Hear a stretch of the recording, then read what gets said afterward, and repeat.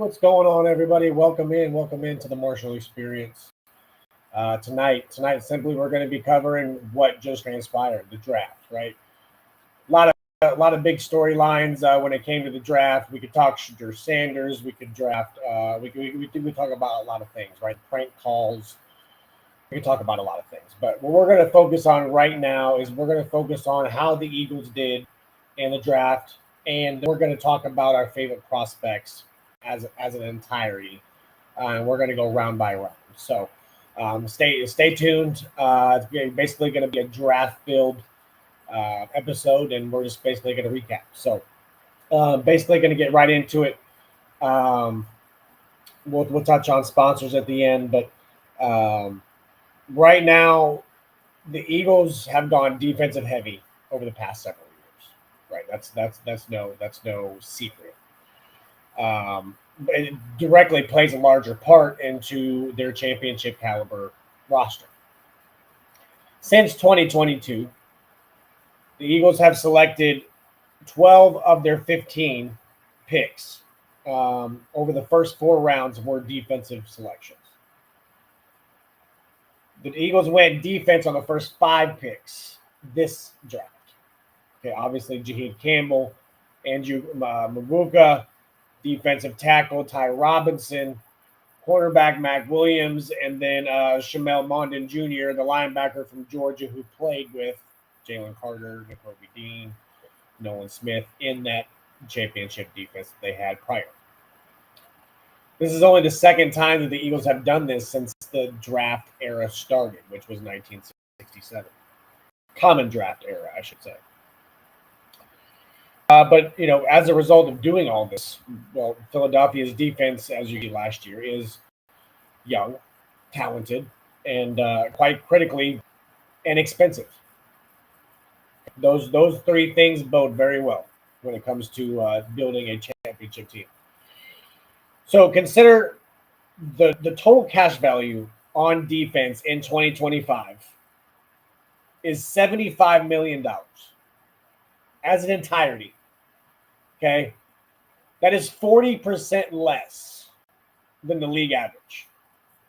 That is per roster management. It's an online website. You can go look it up. Per roster management, that is 40% less than the league average. That's Howie. Cash spending on projected starters is really where the numbers begin to pop.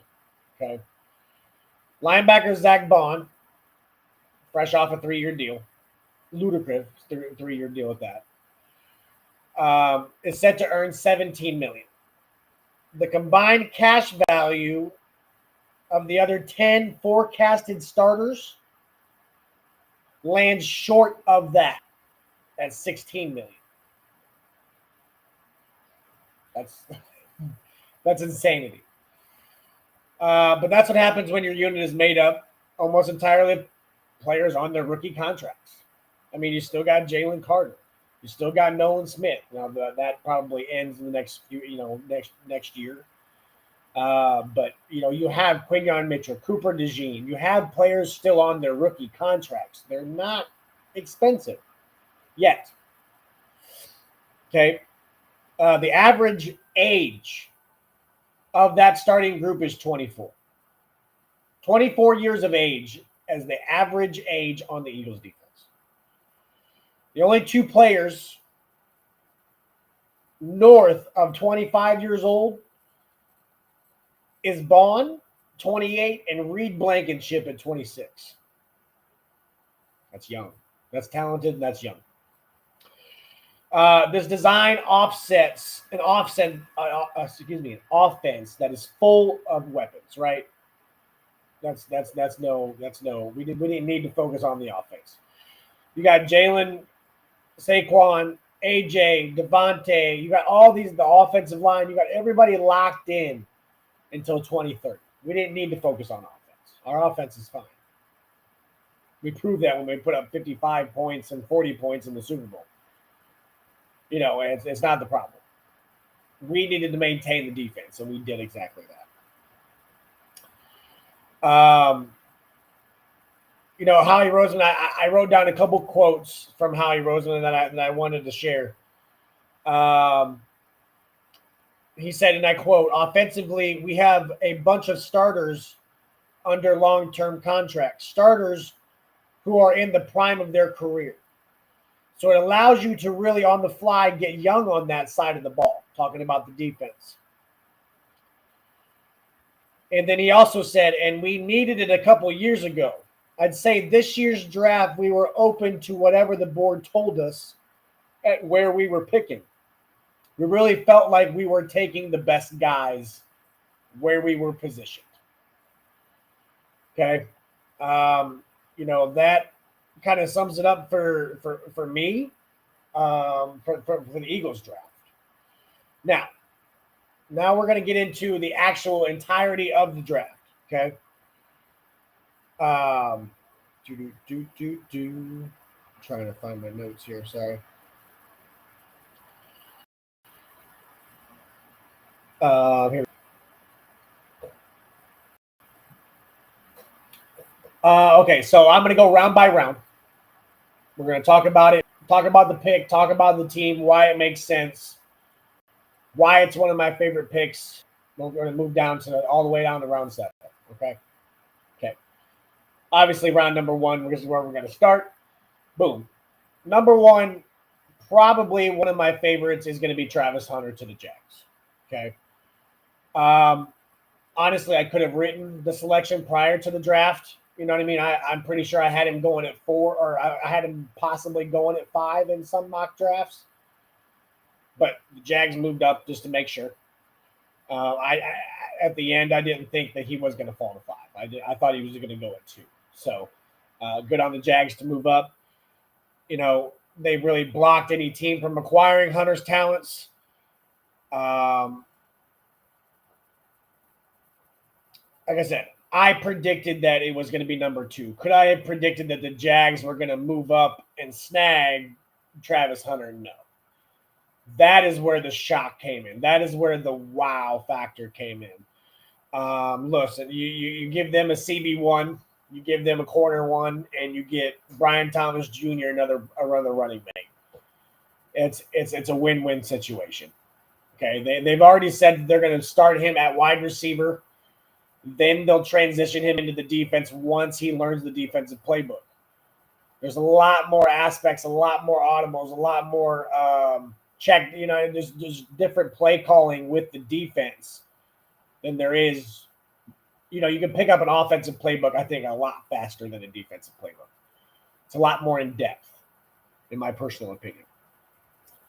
My next favorite pick, Tyler Warren. Tyler Warren to the Colts.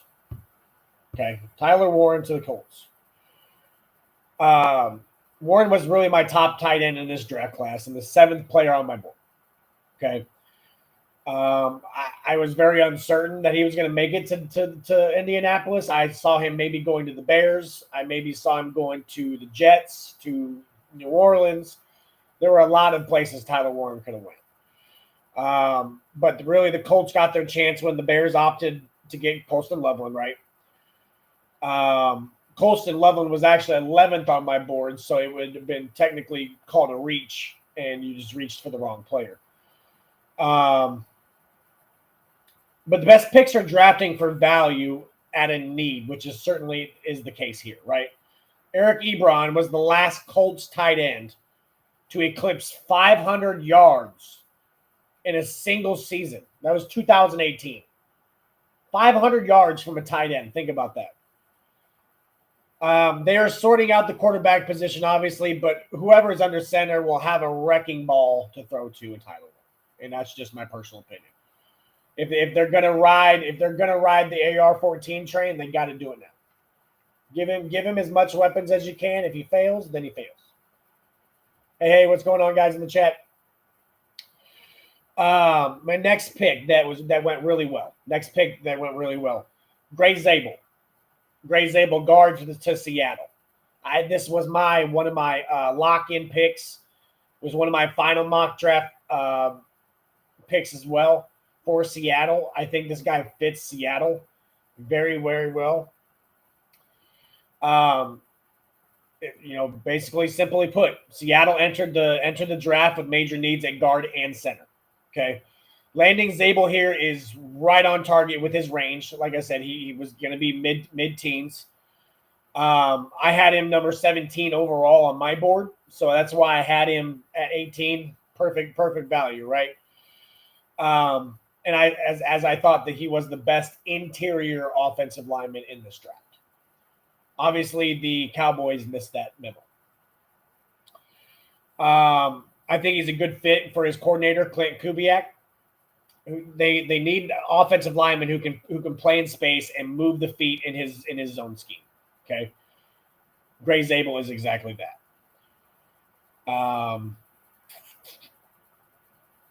Next one is going to be Donovan Jackson. Donovan Jackson to the Minnesota Vikings at 24. I just like the fact that they are investing in protecting J.J. McCarthy. J.J. McCarthy seems to be the guy right now. So why not invest? They get another guard. They get another guy on the offensive line. Give J.J. McCarthy just that much more time to get the ball out. And I like the pick. I like the confidence that they gave J.J. McCarthy. Let's just say that. My last pick in the first round that's going to be a solid one is going to be Jaheed Campbell. Okay, guys, listen. A lot of experts had him top 10 on their boards. I had him top 15 on mine. I had him going to the Bengals at 17, I believe. Okay, there is no reason he should have been here at 31. Yes, we had to trade up one spot to get him. I don't care. Okay, this guy can play linebacker. He can play edge. The kid is an absolute animal on the defensive side of the ball. Okay. I wrote down some things here. Again, at one point, I thought Campbell wouldn't make it out of the top 15 picks in this draft. But the medical side kind of killed it. Labrum surgery after the combine. He landed with the Eagles. Boom. Tiny move up, 32 to 31. The eventual possibility of Zach Bond, Nakobe Dean, and Campbell at linebacker is a frightening scene to me. Frightening. You are now giving Vic Vagina, or sorry, Vic. You're giving Vic, because I butcher his last name, so I don't say it. You're giving Vic the opportunity to now go from a 3-4 to a 4-3 because you have the linebackers to do so. Campbell is the perfect linebacker for that because not only can he drop back, but he can rush the passer and excel at it. You're given. This is why it was a Vic pick, in my personal opinion, is because you just gave Vic the ultimate tool to sit there and say, I can change a defense this week, or I can change it for the entirety of the year. I can give them a whole brand new look off of one pick. That's crazy. That is awfully crazy. Now moving into round 2 here.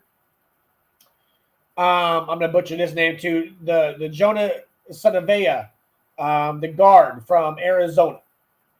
Okay. The Dolphins drafted with a focus on becoming more physical and tougher in the trenches, which is what they needed to do. They have lost a lot, guys, and these guys are building from almost bare nothing. He has really good positional versatility. He played both tackle spots and in guard in college. He'll likely settle in at guard in Miami, and that's why it's listed as a guard. But again, excellent footwork, should be able to excel in that zone-heavy offense that Mike McDaniel runs. My next pick, Donovan Escaro. Donovan Escaro to Dallas. Finally, Dallas makes a pick that makes sense, man. I was belated for him. It makes sense. We thought Micah Parsons needs a little help. I honestly thought there was a chance that Escaro could sneak into the first round. I had him going to Tampa Bay in some mock drafts. For him to be there at 44 is valuable, right? Second in the FBS in sacks, 16.5. First in pressures is 65. I think he needs to add a little bit more power to be a better run stopper. Excuse me. To be able to stop the run better. But I think that he will be able to add to their pass rush for sure. Speaking of value, I like this value right here. Will Johnson, corner to Arizona. Okay, again, this guy was another top 20 conversation guy. But due to medical reasons, he kind of took a fall back. I think Arizona, they really need corner help, and I think they took a stab at a possible really good steal here. He had a knee issue that gave teams pauses. I think it was a worthwhile gamble, though. He has size, recognition traits, and ball skills.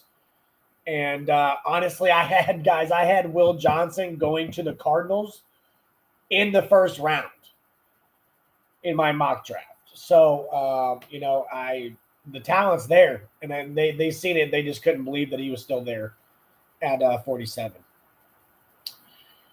Another guy here in the second round, Tate Rutledge. Okay, Tate Rutledge at I can't remember where he went to school, guard. He got drafted to the Detroit Lions, okay? If anybody screams Dan Campbell, if anybody screams the Detroit Lions, it's Tate Rutledge. Okay, extremely tough, dependable, true competitor. And I didn't know this was a thing. I had to look this up. There's such a thing called tightrope surgery. But he had that last September. He had that. And then last September, returned back to Georgia's lineup. And then really in the regular season finale against Texas, looked really good. I mean, it didn't look like he lost a step at all. So, my last one for the second round, and I really, really do like this one. I wish the Eagles would have traded up because I really do. I value this guy. I think he's going to be a stud, especially in Las Vegas. 58, they take Jack Beck, wide receiver out of TCU. This is the guy that his brother had passed. He really has something to fight for, guys, and really something to play for. These guys grew up Bird fans, and, to his brother, rest in peace. And this guy really has that motivation to just keep climbing. And I think the Raiders got a real winner there. And I think that he has a chance to compete for starting duties. Absolutely. You got Jacoby Myers, Brock Bowers, but, they didn't go wide receiver in the first. I think that Jack Beck could really be the wide receiver too here. Third round, I'm going to go Jalen Noel from wide receiver, went to the Texans. I like that they picked both him and Jaden Higgins to go to the Texans because of the injury to Tank Dell. Stephon Diggs leaves. You can't leave Nico on an island. You just can't. And I think it was a really good draft class from the Texans. I think that Noel is a little bit more exciting. He had 4 touchdowns, 50-plus yards in 2023. I think that Noel has a legitimate shot to take over as day one starter. I do. Watch out for Jalen Noel. Jalen Noel is going to be a stud. Another one that I liked in the third round, boom, 96 to the Atlanta Falcons, Xavier Watts. This is a guy that we were kind of screaming for as Eagle fans in really the second round. This guy is going to be, he had a FBS leading 13 interceptions over the last 2 seasons. He just has, I wrote this down because I can't describe it any better, but as a Notre Dame fan, he just has a right place at the right time type of feel. Exceptional vision of the entire field. Defensive backfield, he limits explosiveness. He does. Watts was number 53 on my board, and they got him at 96. So I thought it was pretty valuable. Boom. We're going to go move it into round 4. Cam Scatterbo. Cam Scatterbo, running back for the Giants. Okay. I think he has great, honestly, at the end of the day, he has great contact balance and tenacity. He did become the first FBS player since CMC to register 1,500 yards rushing and 500 yards receiving in the same season. Guys, he's not going to be a starter. Tyrone Tracy is going to be the starter. Cam is going to be a great wide running back too. He just is. He's going to come in there. He's going to be the third down back, catch the screens, go off, get an occasional inside zone. He'll be fine. Draftable in fantasy. Draftable. Another one I liked here is going to be Joshua Farmer, defensive tackle to New England at 137. I said Farmer showed up only in flashes during his final season at Florida State. But those plays were strong enough to land him a 3rd-round grade on my final board. Strong explosive rush skills. He just needs to be more consistent player. You know, Mike Vrabel did lean on a defensive line rotation in Tennessee. So, you know, maybe that's one of these Milton Williams, Joshua Farmer. Like, he's building this line, guys. He really is. 5th round. Mac McWilliams, CB for the Eagles, 145. Okay, so the Eagles focused on quarterback early in the draft last year, Quinyon Mitchell, Cooper DeJean. But they needed to they had to replenish the depth with Darius Slay leaving, Maddox. You know, I think he profiles as more of a slot corner, given his size. But I love the explosiveness at which he plays. Before transferring to UCF, which is where he was drafted from, he played corner and returned punts. So, you know, we could use a punt return. Boom, boom, boom, boom. 6th round, Ollie Gordon. I think Gordon going to Miami Dolphins out of Oklahoma State. Gordon is a good contrast to Miami's recent draft picks.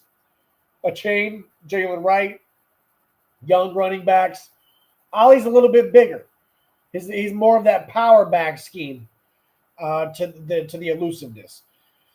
You know, again, it's outstanding power and size. You know, makes up for the 4.6 speed. That's what he ran at a 44.6.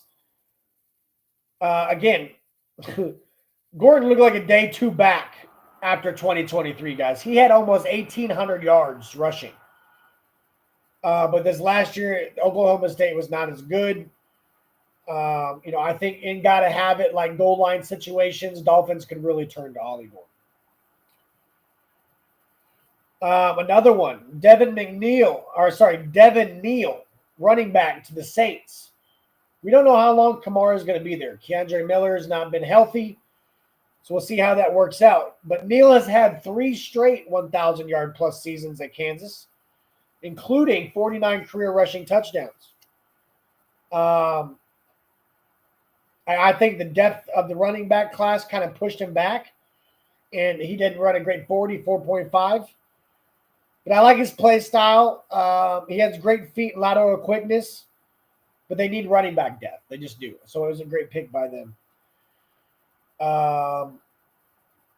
We're going to go to the 7th round, and I'm going to talk about one player and one player only. And I'm trying to find the information here, guys. Boom. In 52 games, Antoine Powell Ryland. Let me tell you about a cat that Howie just got. Woo! In 52 games, 117 tackles. 41 tackles for loss. 30 sacks in 52 games. And 9 forced fumbles. We got him in the 7th. That is crazy. That is crazy right there. You know, I think that It's just another one of those Jalix Hunts. It's another one of those, Moro Ajomo. It's just one of those gems that you find at the end. He's going to come out and he's going to play. I think he's going to be a great pass rusher. He's got to work on his run defense there for a little bit, but we'll get him right. Vic will get him right. It will be good. I did add in here, however, my favorite undrafted free agent signing, and that is Xavier Respiro, wide receiver for the Miami Canes. He went to the Titans, guys, and that why this makes sense is because, well, he just rejoined his college quarterback, his Heisman-winning college quarterback. I had him undrafted because of his 40 time. I was caught a lot of hate for that. Jerry Rice ran this 40 and Randy Moss didn't run a great 40 and this and that. That's all I kept hearing. Well, I was right. He went undrafted. But again, it's the simple fact that he's reuniting with his college quarterback. Ward and helped him become the Miami's all-time leading wide receiver in receptions and yards this past season. The chemistry is there, guys. He doesn't have to be a wide receiver, too. He's not going to be. But he can be a little slot guy. He can come in on special packages, be a wide receiver for a guy that knows how he's going to run a route. It's big stuff, guys. But, hey, I appreciate everybody tuning in. If you love the experience, man, go give us a follow on all the platforms, Facebook, TikTok, YouTube.